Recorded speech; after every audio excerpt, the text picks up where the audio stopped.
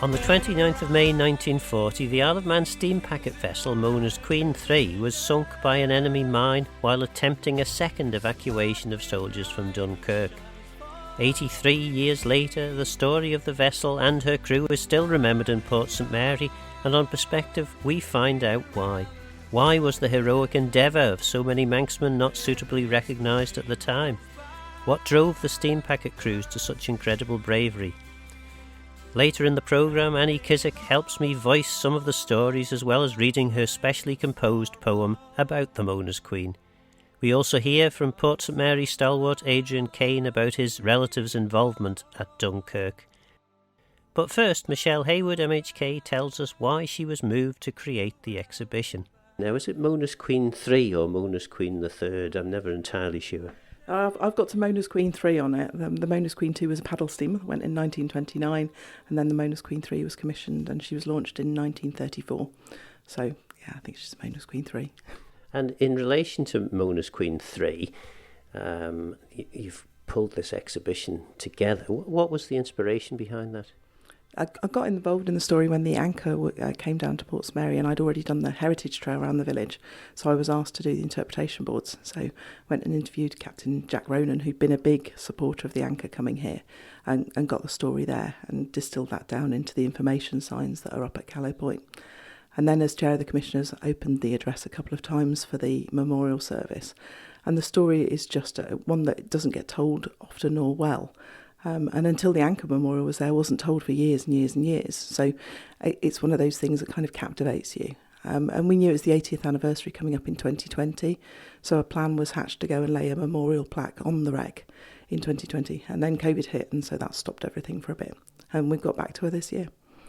And of course, the exhibition is here in the town hall, and there's still a chance for people to come and have a look. Yeah, it's open until Monday, the 5th of June at 4:30. It closes then.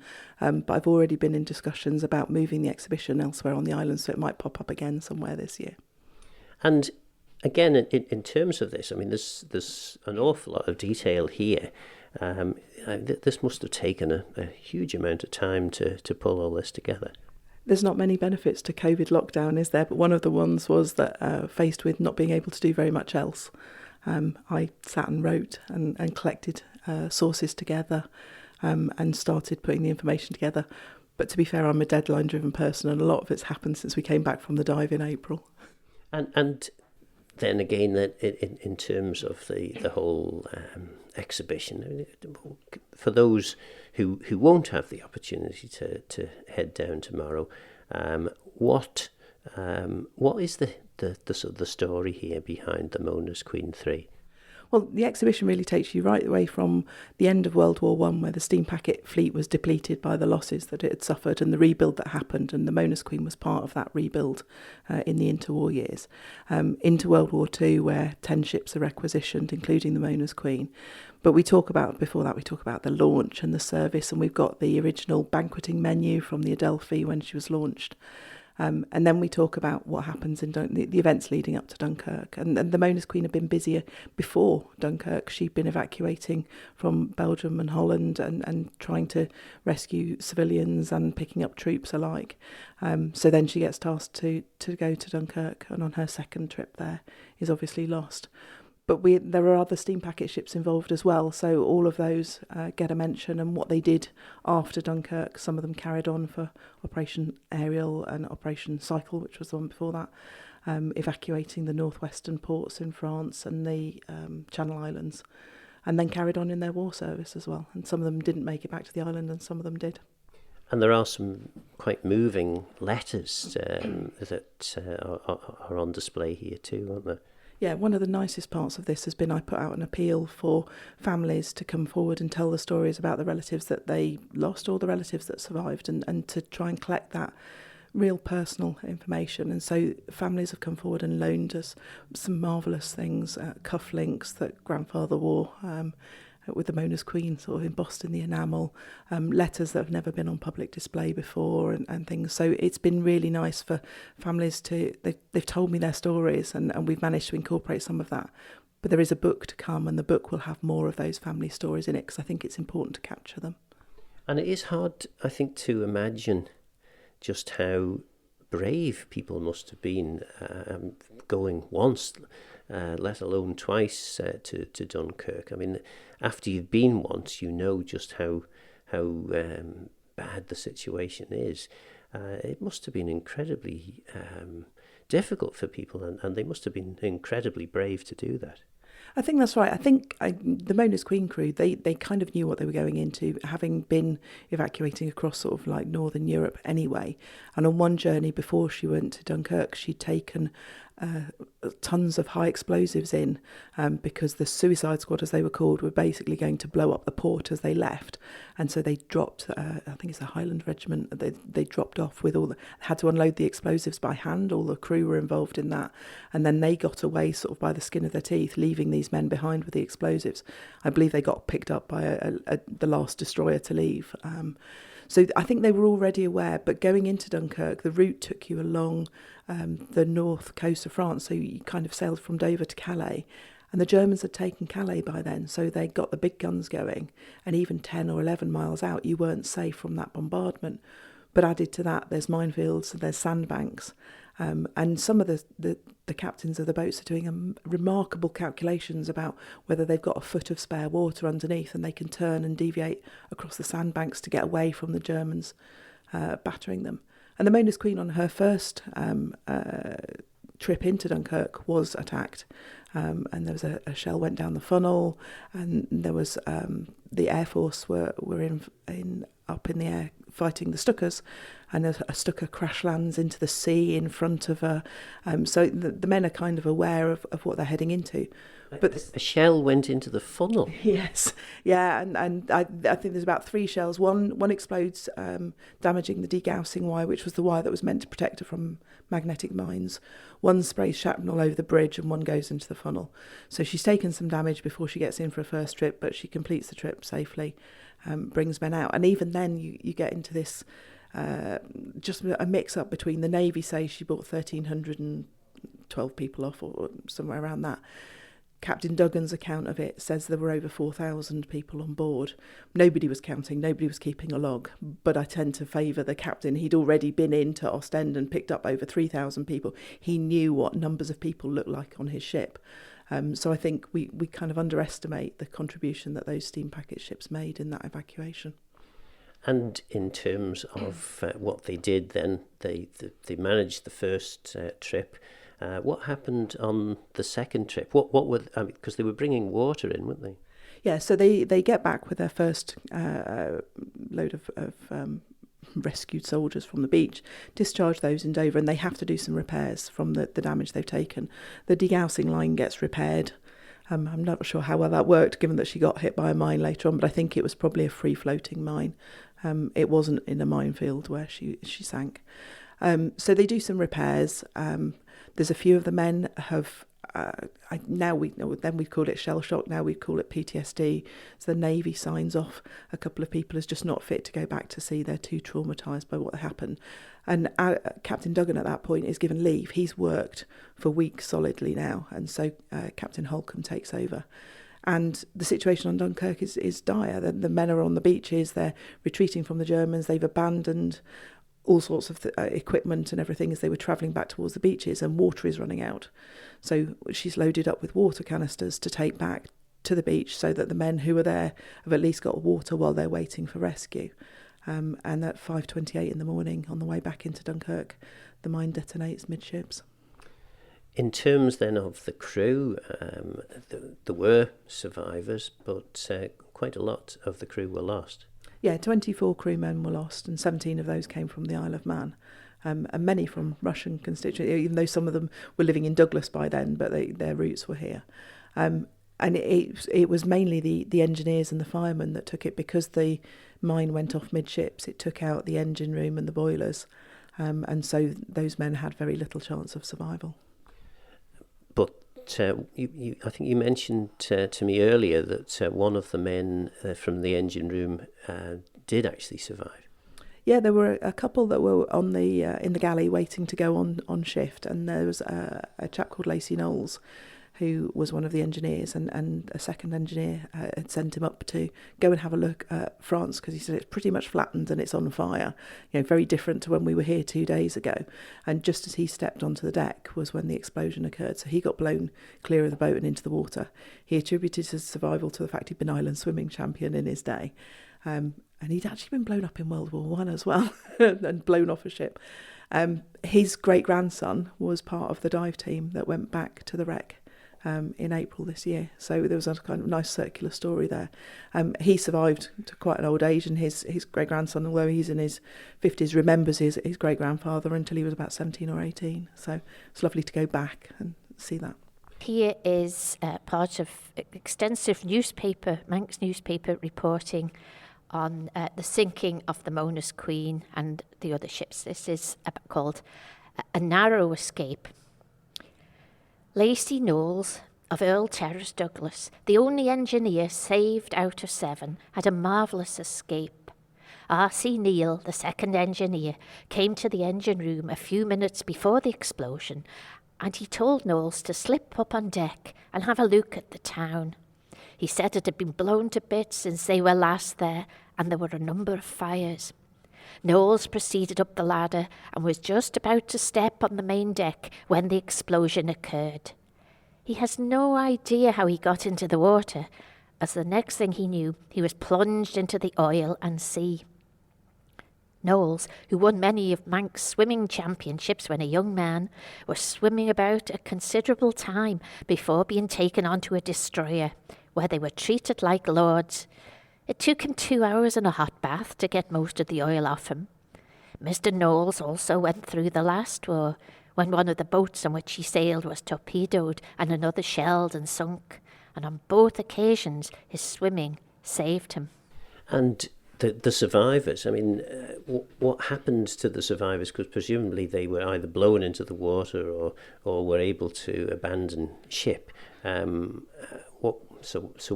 Presumably they joined the ranks of the troops on the shore, waiting to get a ride back on a vessel back to England. There were lots of boats moving across at the time, so there are over 800 vessels involved in this evacuation. So actually, there's a destroyer and another ship that are close by as the Mona's Queen sinks, and she sinks in 2 minutes. It's a really fast sinking. Only 2 of the lifeboats are usable, and there is a picture of men in a lifeboat being picked up by HMS Vanquisher. So the survivors were picked up fairly fast, but actually those vessels they were picked up by were going into Dunkirk. So they joined those vessels, went in, carried on, and then came back to Dover on those vessels. And the crew, the several crews involved on steam packet vessels, they weren't really treated particularly well after the whole enterprise, were they? No, and it's a really sad part of the tale. The Lieutenant Governor at the time was ex-Navy, old school Navy, so I think he would have done run rations and flogging if he was given a chance. He was at the internment of the German fleet at Scapa Flow at World War I, and he didn't think that merchant seamen should be anywhere near a war arena at all. And some weird report comes back that there'd been some mutiny and that crews had been ordered back to sea at gunpoint. There's no evidence to substantiate that at all. In fact, the crews are coming in, several of them are shell-shocked. You haven't got enough crew to take the vessel out safely. They're waiting relief crew. By then, they've started to realise that these unarmed vessels as well are really, really struggling, and so they're actually bringing on Lewis guns and mounting them on the sort of foredecks to give the boats at least some protection. So, and every single run, everyone's got damage from shells and strafing, and so the essential bits are being repaired, so it takes you time to turn around. And it gets misinterpreted when one of the captains says, no, I'm not going back out to sea. The crew have worked for 4 days solid. They're all exhausted. They need to sleep for 4 hours. We'll go when the tide's easier later on. The tide's a bit higher and we can actually cut across those sandbanks a bit better. so we're not being shelled so much. And that's interpreted as he refused to leave harbour and gets recorded as that. That gets back to the Lieutenant Governor, who then wants an inquiry into what's going on. Sir Admiral Ramsay refuses to have an inquiry, so doesn't think it will achieve anything. He's got other things to worry about at this point. We're just getting into Battle of Britain territory almost now. So he's not interested in doing an inquiry. The Governor at the time demands an inquiry that's going to sort the sheep from the goats. But word gets round on the island, and I've heard during the course of this exhibition some of the families were shunned because they were on vessels that were considered suspect and that they may have behaved less than honourably. The Lieutenant Governor wants everyone sacked. The Steam Packet Company refuse, and it's one of those real kind of times where the Steam Packet Company came up against the Governor, who had much more power then than he does now. And actually, on the day he was writing his letters, Tynwald went into a private sitting. And I haven't yet managed to track down the papers from that, but I'm going to try. Yeah, and it ultimately, a number of the crew members who had acted so bravely did end up getting sacked, didn't they? They didn't get another commission back on boats and stuff, and it is terribly sad. I think what was really nice about having this and recognising that, and David Neal, who works for the newspapers, has done he did his master's thesis on this, an amazing amount of research in the background, and proved that it was all just false allegations. Was that the Governor, when he spoke at the opening of the exhibition, actually recognised the extreme bravery and the sacrifice of those crews, and that none of them had behaved in any dishonourable way. They were all merchant seamen who being sent into a war zone unarmed, with very little air cover, with very little sort of protection from what the Germans were throwing at them. And they went back time and again. And the Manxmen is credited with 4 crossings. She actually did 5. She went back in, but she didn't get the signal to say Dynamo had been cancelled. So she ends up on a 5th journey. There's nobody there to meet her on shore. The French soldiers have climbed along the mole and they're all hanging onto the pylons under the water as the tide comes. They don't understand tides either. So this is all getting a bit difficult. So eventually she gets alongside. She brings another 800 men off. When she gets to Dover, there's nobody there to meet her because Dynamo's been cancelled and everyone's moved on to Cycle, which was evacuating St Marlow and Brest and working their way along the coast. So I think the whole thing, the records are sketchy, the situation is chaotic, but I think we've really, really underestimated how much the Steam Packet men did. I think you've already answered this question, but I suppose I need to ask it. We're over 80 years now since this happened. Why is it important that we continue to remember these quite distant events? I think I've puzzled that for a while, actually, and I see it in diving that the ships that were sunk in World War II often. So my husband's grandfather was on the Repulse and it was sunk, and we sold it to the Japanese at the end of the war so they could salvage it.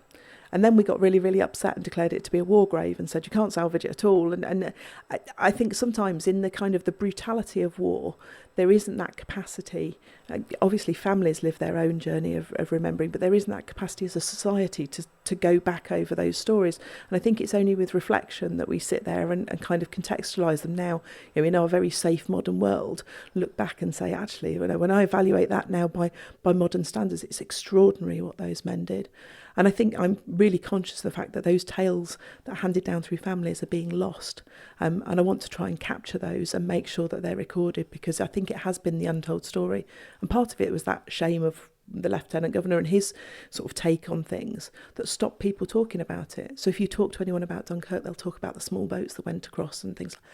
They weren't the ones that were really doing the heavy lifting here. They were the ones shuttling people from the shore to the big ferries, which were our boats carrying people across. Among the Manx ships involved in the Dunkirk evacuation, we had, of course, the Manxmen. And we have here some observations from the crew of the Manxmen, particularly here from Thomas Catine, who was the mate and the second mate during the operation. And he witnessed the loss of the Mona's Queen and also of the Fenella. I saw the Mona's Queen mined and break in two. Just above a funnel. We were very close to land. In fact, we just passed over the same spot shortly before, and we were then just stemming the tide, waiting a berth at the mole. Her degaussing may have failed. She had the cables around the hull, whilst we were wiped. We were also in the approaches, passing Gravelling when the Fenella was bombed, and sunk at the extreme end of the mole in a heavy raid. When the summer day is over, its busy cares have flown, I will sing beneath the starlight with a weary heart alone. Then it rises like a vision. From the Isle of Man Examiner in June the 7th, 1940.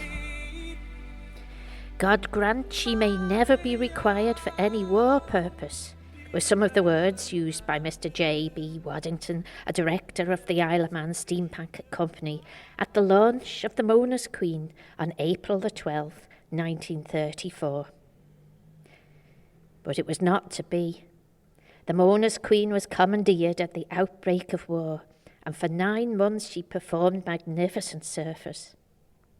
Then one morning last week, a mine, a muffled roar, a proud, brave ship rent in two, a swift plunge into shell-swept water. The Mona's Queen and 24 of her gallant crew were gone. It was all over in 90 seconds. How the Mona's Queen was sunk and 24 of her crew lost is best told in the words of the first officer, Mr. R. Clucas. In the early morning of Wednesday, we reached Dunkirk after being bombed several times without success. When about half a mile from the berth allotted us, we were again attacked by 2 German machines. I was lying on the bridge to escape stray bullets from the Germans and from our guns, which were in action. Our gunners were splendid and drove the Germans off. They, however, circled around and were returning to attack when out of nowhere appeared a British Hurricane. There was a burst of gunfire and one of the German machines fell into the sea. The other German turned tail and made off, but the Hurricane swept after him and there was another brrr of machine gun fire and the other German fell into the sea. 4 minutes after the attack, the German crews were dead. It looked as if we were safe for the time being, but the next moment there was a terrific impact. We had struck a mine. The Queen lifted into the air and all on deck were blown into the air for several feet and then dropped heavily on the deck. The ship had broken in two about midships. The stern sank right side up and the bow and the forward part turned over. The funnel was lifted clean out of her. I scrambled down the side of the bow and got into one of the starboard lifeboats which had gone under the steamer and come up on the port side where we were struggling in the water. A number of us were in a damaged lifeboat which was leaking, and some of the other men got on the other lifeboat, which of 14 were the only 2 which were not blown to bits. The sea was thick with heavy oil and was like a timber yard with floating wreckage. One of the fascinating things that people can see at this exhibition is a film of a dive. It's fair to say that the crystal clear waters of the Isle of Man were not what you found when you were trying to dive the wreck of Mona's Queen 3.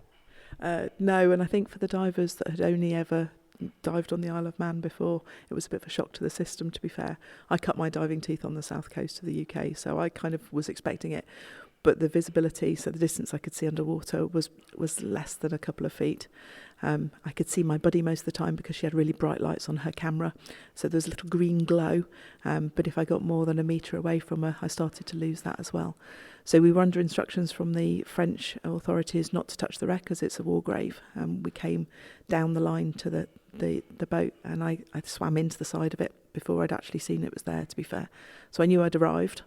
And then it was a question of kind of working your way along. So we've cleaned up on the video that we've cleaned up quite a lot of that because we've taken a lot of the green coloration out of the water.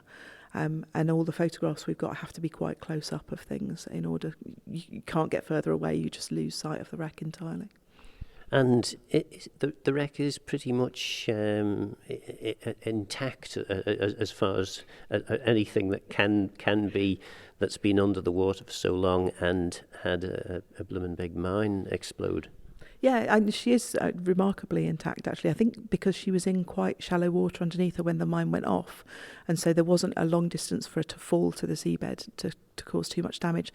So the stern section sits pretty much level. I ended up at the end of the first dive that we did, sort of sat on the stern section by the capstans and the vent pipes, and it's a level horizontal deck. You know, you almost feel if you could lift it up 15 metres, it would sit there nicely on the surface.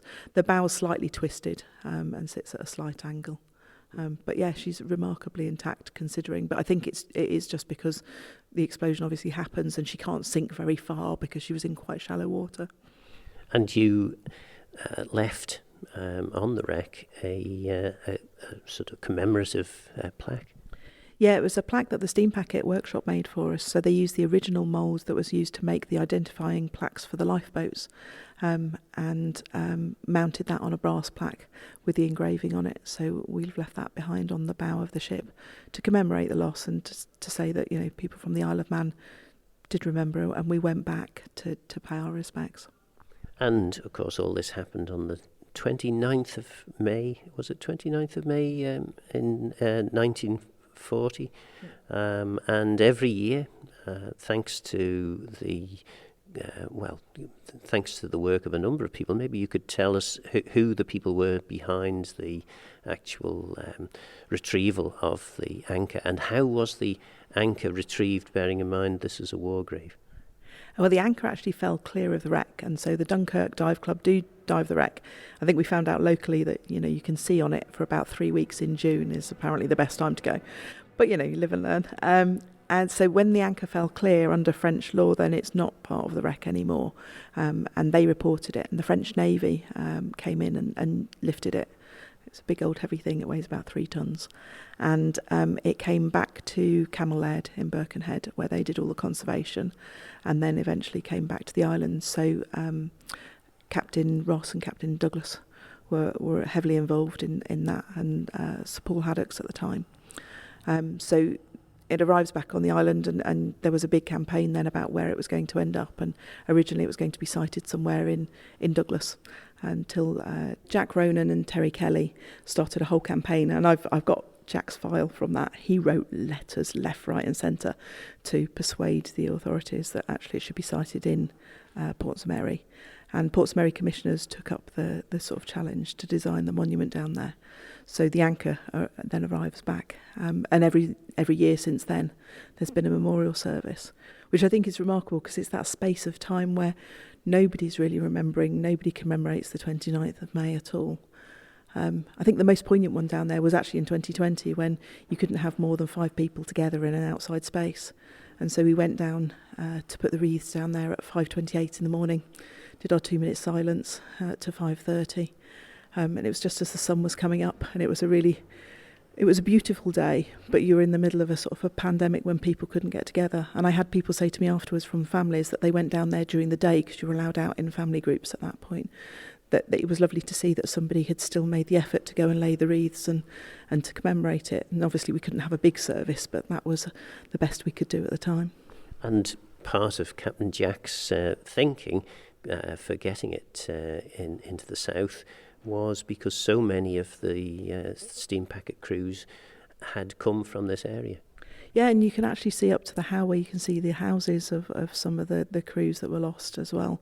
So a really special place to be. And I think the fact that it is isolated there, if it had been on Douglas Prom, it would have just been lost in the noise and the chaos, whereas down there it's a nice quiet place for contemplation and looking out to sea. It's beautiful. So the Isle of Man steam packet helped with the getting the dive team across into the UK to go down to Dunkirk.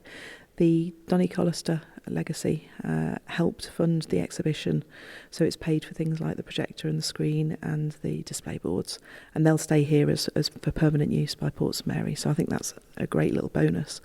The Russian Heritage Trust have helped.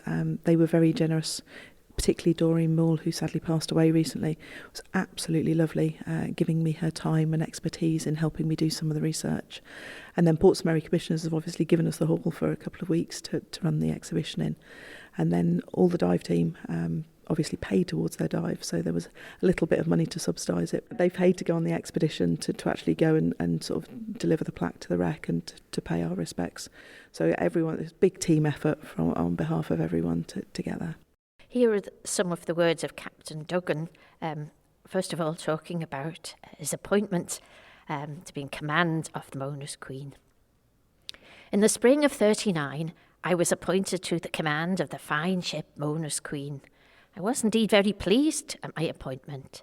I always admired her for her good-looking qualities. During the time that I had charge of the Mona's Queen, I found my admiration was fully justified. She was my ideal ship. We had a fairly busy summer season and was drawing to a close when, on the 2nd of the 9th, 39, I was informed that my ship had been requisitioned by HM Government as a troop ship. We left a northwest port on the following day, bound for Southampton. This, again, is a few brief words of Captain Duggan following the loss of the ship. On the morning of 29th, the Mona's Queen left Dover for Dunkirk. Unfortunately, she did not get there. She was blown up by a mine. Sad to say, quite a number of her gallant crew made the supreme sacrifice. A more gallant lot of men never sailed the sea. I was proud to have been master of the finest ship of our company, and to have under my command a grand lot of men. God bless them. Talking to Adrian Kane, and you had a relative who was involved with the steam packet at the evacuation at Dunkirk. Yeah, well, I had a few actually, but I suppose the closest was Tommy Kane, who is my grandfather, who had probably quite a controversial role in the evacuation at Dunkirk, but he was originally on the Tynwald and then became chief officer on the Ben Macree. And I think there'd been lots of issues about the number of times the ships had been going backwards and forwards. So there's a big issue about whether some of the crew wanted to go back or not, but he eventually took the Ben Macree again to Dunkirk and back. He'd won the DSC in the First World War, so he's a well-known captain. But personally, there's always two stories I remember particularly. One is actually about a dog, because he famous sort of, well, the story I always remember from when I was a child is about this dog he saw at the beach of Dunkirk and brought back, which they is very distressed. I'm not sure which trip on either the Tynwald or the Ben Macree they did it on, but they called it Belgie. I've still got photographs of Belgie with members of the family, and Belgie lived after going through quarantine, lived the rest of his days in Ports Mary, and is now buried in my aunt's back garden. But yeah, Belgie was got very excited every time he saw Tommy, because Tommy had brought him back from the beach in Dunkirk. But and I always remember talking to one of the crew members, Billy Evans, recorded him many years ago, talking about the trip in the Ben Macree to Dunkirk, and they said they were followed by Gannet, and that this had been seen by Tommy and some of the crew as being really something very important, that this gannet was following them on their trip, and that nothing should happen to this gannet because it'd be seen to be extremely bad luck. So partly about a dog, partly about this gannet, but also my mum's cousin Harry Crawley, who again I spoke to a number of years ago. He wasn't on the Ben Macree, but he was on one of the boats next to the Mona's Queen, and he gave this quite harrowing, sort of overview of hearing the Mona's Queen sink and all this sort of stuff, which is it was a very harrowing account, really, of what was going on, because people like him, Harry Crawley and Tommy Kane, Billy Evans, people like this, they knew all the people on, these other steam packet ships. So it must have been a very, trying time for them all, really, knowing that, their friends and colleagues had been lost. And also, always thinking that one part of the Manx identity at the time was work with things like this, wasn't it? Their part of their national identity came from working on the steam packet, really, and that's part of their cultural identity. So it's something really important to be involved in, suffer for, but also know and remember the crew who they knew, who'd been killed on the other ships, really. And it must have been incredibly difficult for crew members, particularly after they'd been once to Dunkirk, to then be prepared to run that enormous risk and go back again and again and again. Well, yeah, some of them went 3 or 4 times. I think, people like Tommy and Billy Evans, they went, and there was a big issue, which is probably not a good time to talk about it, about some of the crew on the Ben Macree not really wanting to go back. And then Tommy took control. He was then appointed as a chief officer in the Ben Macree to go back like the 4th time. And I think they were holed by a mine on the way back with some more of the soldiers. But I suspect they would be one of the last ships to have got back, really. But yeah, clearly that it was an extremely traumatic time. And were the people that you've spoken to, relatives and others in the port, were they prepared to talk very much about that? Well, probably not. I mean, it's interesting that. I mean, obviously, my grandfather died before I was born, and my dad not long after. So a lot of the memories I got were from my aunts and stuff like that, who told me, who were probably more. Harry Crawley certainly was very keen to talk, and he talked quite a bit about that particular story. But I think others, such as Billy Evans, were a little. He was keen to talk, but I think they were a bit. There's obviously issues there which they didn't want to talk about, not just seeing and hearing what they'd heard, but also clearly some lack of a bit of debate amongst the crews about what had happened, what should have happened, and etc. Because there was a very obvious lack of respect or recognition for what many of these crews did. Oh, absolutely. They were lucky. They went through a terrible time, really, and I think that's one of the things. I know there's that big monument at Liverpool at Pier Head to merchant mariners, but in some sense, I think merchant mariners were some of the almost quite forgotten, really. Not just at Dunkirk, but then later elsewhere, do it on the convoys and stuff like that. And I only really understood it once I read The Cruel Sea. Is it Nicholas Montserrat's that? Which sort of really brought it home to me. There's obviously a film, it must have been in the 50s, but The Cruel Sea was Nicholas Montserrat's sort of memories of merchant shipping, and it's awful, really. They on these ships, if they got torpedoed, most of the crew would die, really. And it was later on in the convoys, which lots of Manx people would have been involved in, they were, almost suicidal, really. And, lots of them would be killed, and it wasn't a very nice environment. Yeah, so I think stuff like the memorial to the Mona's Queen, it's also important to remember the contribution of merchant mariners, really, who had a pretty harrowing experience, I think.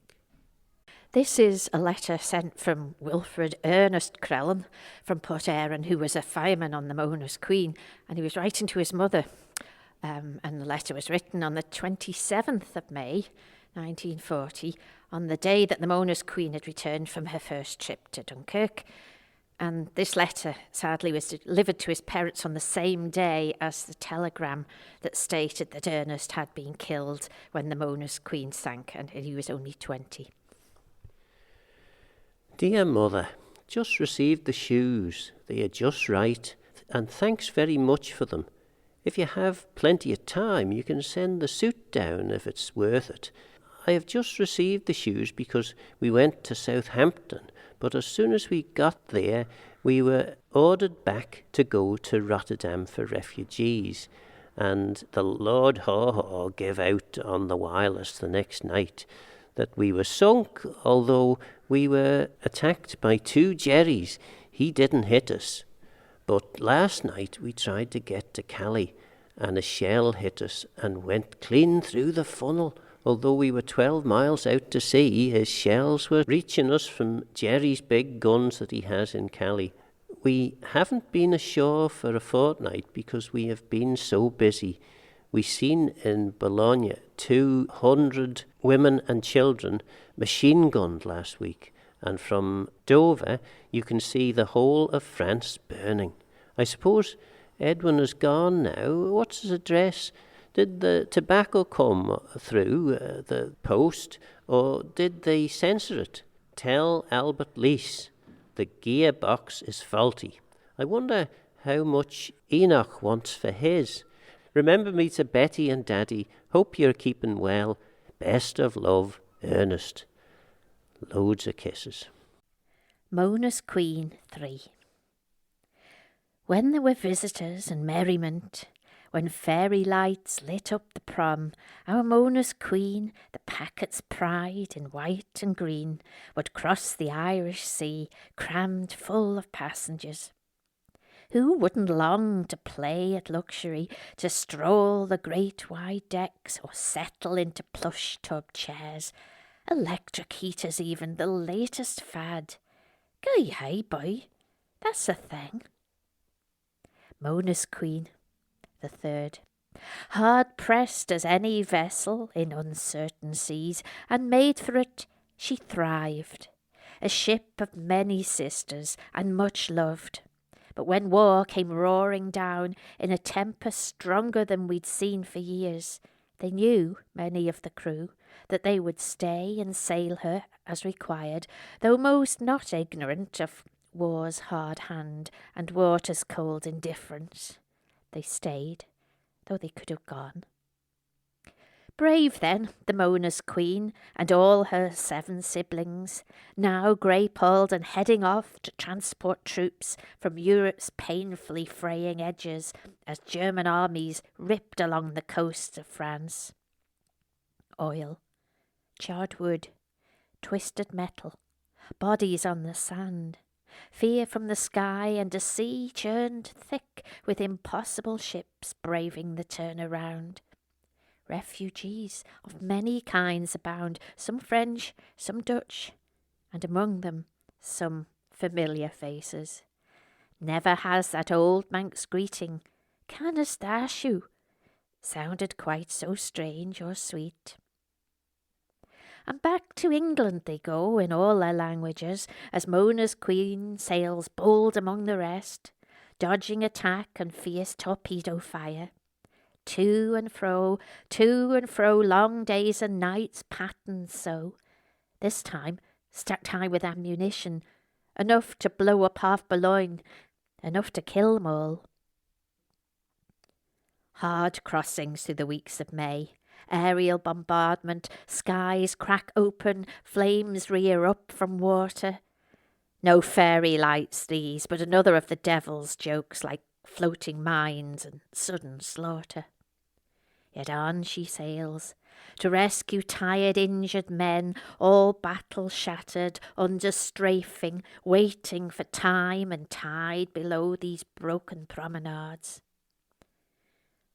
Until that final day, to Dunkirk, to deliver water. Almost. 2 minutes, that's all. It was a mine that took her down, splitting her in two, sending the water heavenwards and the crew, and some were saved, and some were not. 2 minutes, that's all. It took to leave her shattered on an ocean floor, and 24 men dead. Nearby, the Fenella blown to pieces, King Orry sunk within a day. 3 packet ships lost, as if whole parts of the island itself had been torn away, parts not measured in a piece of land, but in regard for a father or a friend. Today, at Callow Point, the rocks tail out to sea, signing the ancient shifts of ocean floor at the world's first primal upheavals, before the island was the island, or there were people, ships. Close by, a low grass is scuffed in the wind, flags fly, and there are distant echoes of early commerce in a busy port. Fizzlery, as the old Manx people of these parts would say. The knowledge of a thing beyond its surface traces. And so, as we stand solemn on the edge of time, beside the anchor of the Mona's Queen, seaward we look, and think of ships and those who served. We read out names still loved, not lost, and sing of anchors for our souls, and pray they hold. The roll of honour, those lost with the Mona's Queen. Harry Barwell, Chief Engineer Officer, 44, Douglas.